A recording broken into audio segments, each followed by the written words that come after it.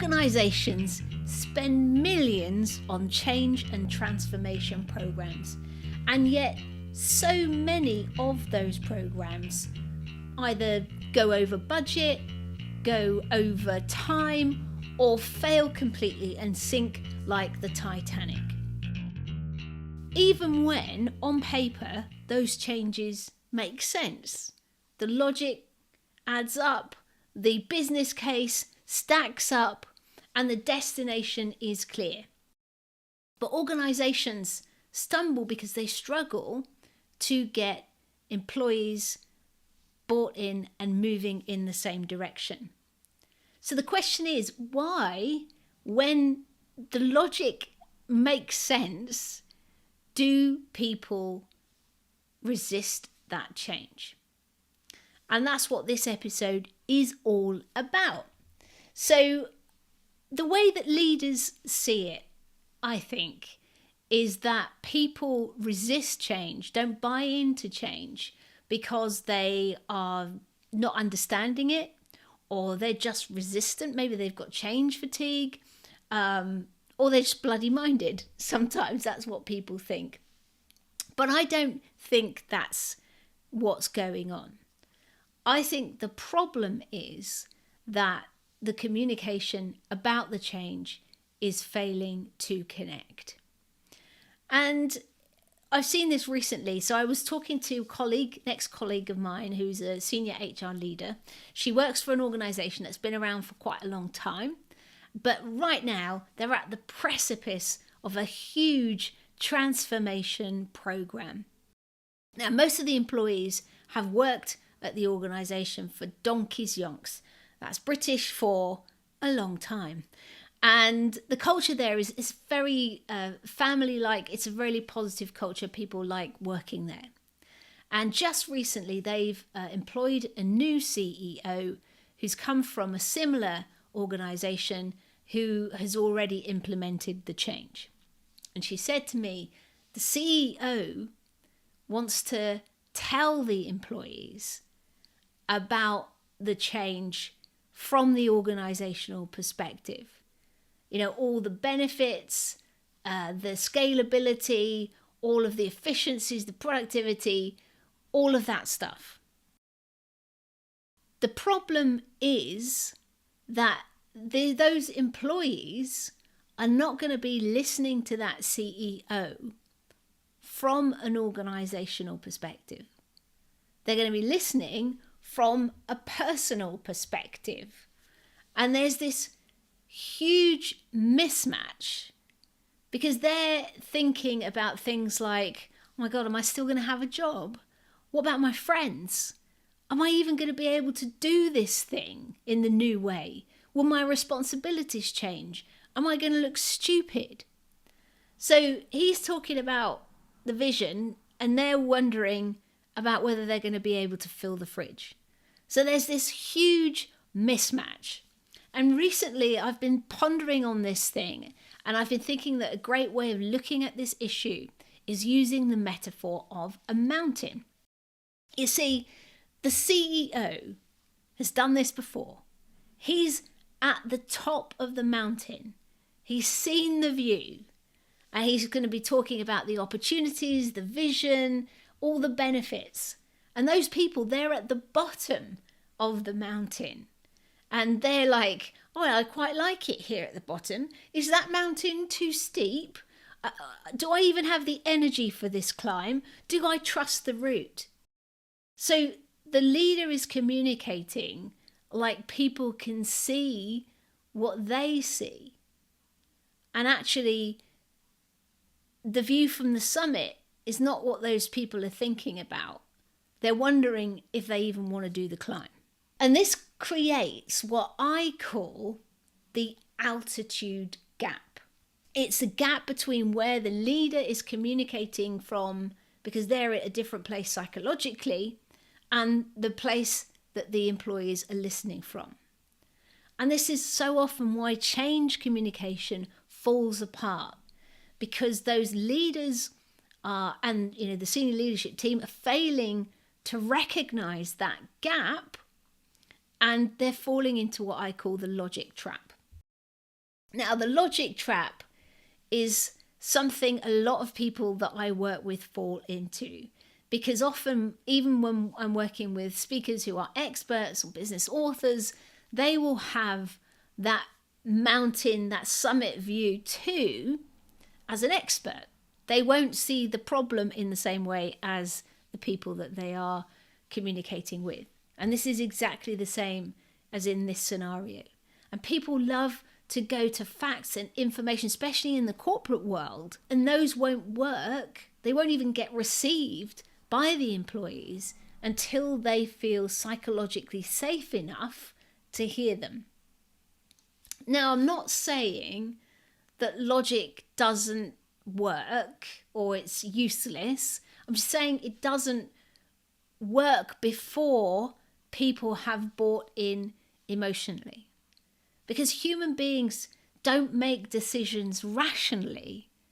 And especially when things like security and identity and confidence and status are feeling threatened, which is often the way in change and transformation programs. I've been through so many of those in my 20-year career in HR. And I tell you what, in the last 10 years that I've been working to understand strategic storytelling and marketing, influencing sales, I just wish that I could go back in time and share this stuff with myself as the HR leader, trying to get people to buy into change. Some of it, I did naturally, but most of the time, things were missing the mark when they could have been absolutely hitting that spot of connection. And so what this made me think about, and this is when you work in HR, you soon learn about this fella called Maslow and his hierarchy of needs. This really comes into play here because people don't care, can't even consider things like innovation or transformation or all of that other stuff until their concerns are sort of resolved. Am I feeling safe? Do I belong? Can I do this? The things that are at the bottom of Maslow's pyramid, those hygiene needs have to be resolved before they can climb up to see things from the summit. And even if you don't have all the answers, acknowledging where they are, reflecting where they are, and making that commitment to timeframes will help. Whereas often we can avoid those things. This altitude gap and the logic trap are the reasons that I've seen change communications fail time and time again. Things that sound great in the boardroom and land like a wet firework with the employees.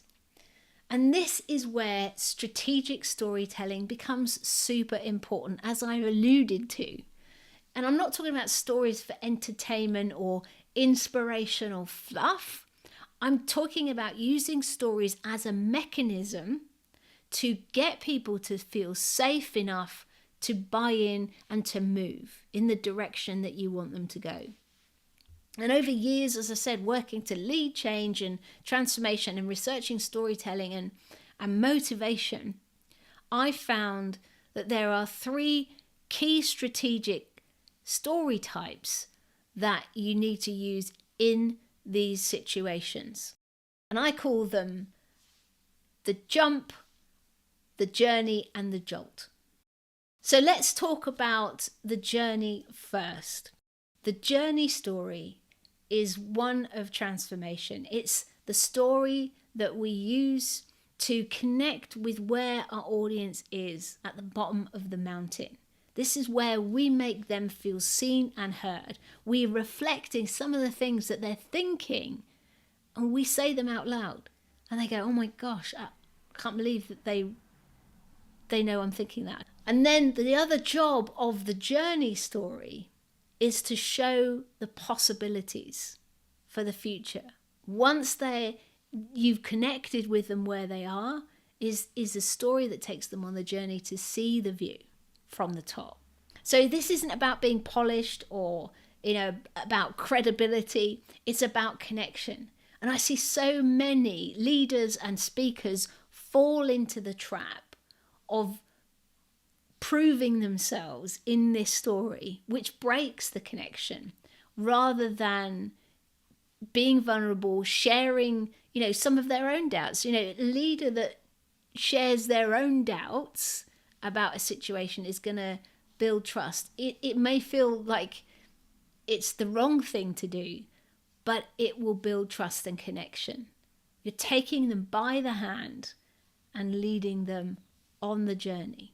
And it starts from that very first communication. So next we have the jump. Now the jump is all about shifting perspectives. So even if we can connect with employees and then we get them to see the new possibilities, there will be doubts and old narratives and old beliefs that start popping up that we have to proactively tackle. Often in change, there are rose-tinted glasses about how things have been in the past. And we can respectfully and gently dismantle those and get those people to see things in a new way. For instance, here's an example. A lot of leaders think that people resist change. But what if it wasn't about resisting change? It was about employees resisting uncertainty. And if it's about that, then it's about making sure that our communication resolves that uncertainty for them. And that's what jump does. It shifts the perspective. It enables you to reframe things in a new way for people and dismantle those old beliefs. So really, really important in the change narrative that we have those jump stories in there. And then we come to jolt. Jolt is all about getting attention, building connection. It's another connection builder and action. Well, all of these stories are connection builders and trust builders, actually. So we can use a jolt story at the start of the communication to reflect some of what people are thinking. It will grab their attention and connect with them. We want to hook them in, not talk about some organizational thing, that they don't care about. Opening with a jolt that connects to them. And then jolts are very good for getting people into action, for showing them what things will be like if we don't move. So those are really powerful to get people into action and to grab attention. Now, people are so obsessed with data and info these days, but if we can first get people to buy in emotionally before we start sharing that stuff, then they will be able to hear us.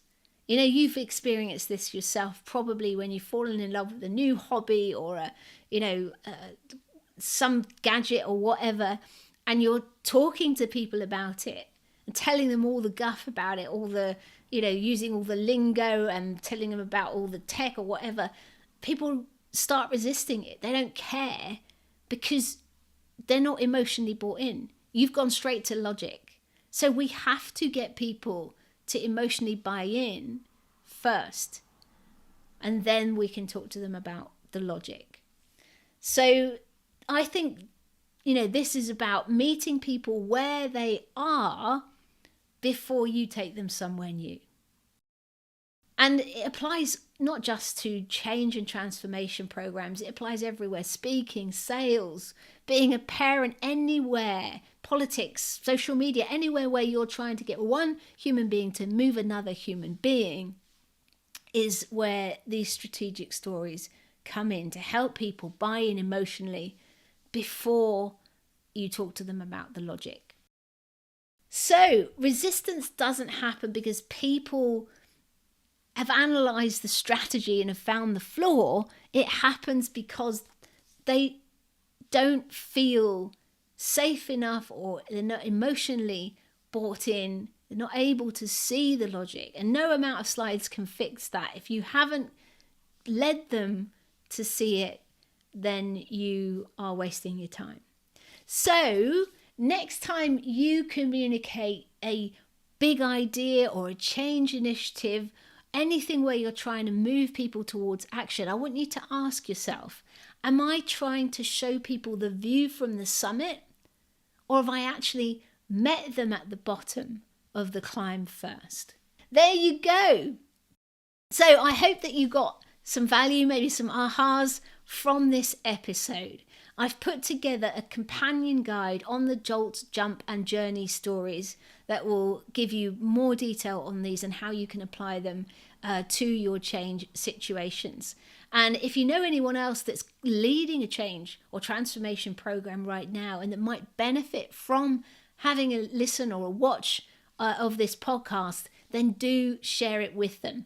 And if you've got any questions, if you're leading a change or transformation program right now and you want to ask some questions about the communications, the strategic stories, then you can always find me on LinkedIn as well. I'm happy to hear from you over there.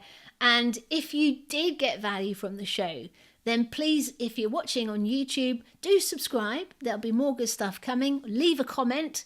Maybe ask a question there as well. I'll be happy to respond there. And if you're listening to the show, then leaving a rating or review would be amazing. And you can do that over at ratethispodcast.com.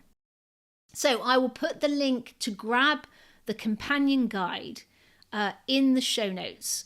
It will be from saraharcher.co.uk/altitude, but I'll put the link in the show notes. And I'd be so grateful if you can share this episode with anyone you know that might benefit from it. And I do thank you for spending your time here with me. Appreciate your attention is very precious, and you could be watching or listening to another show. So yeah, good to have you with me, and I look forward to catching up with you again next time I'm on the Speaking Club. But in the meantime, until then, you know what I'm going to say. Go out, grab your life by the nuts, and get cracking. Bye-bye.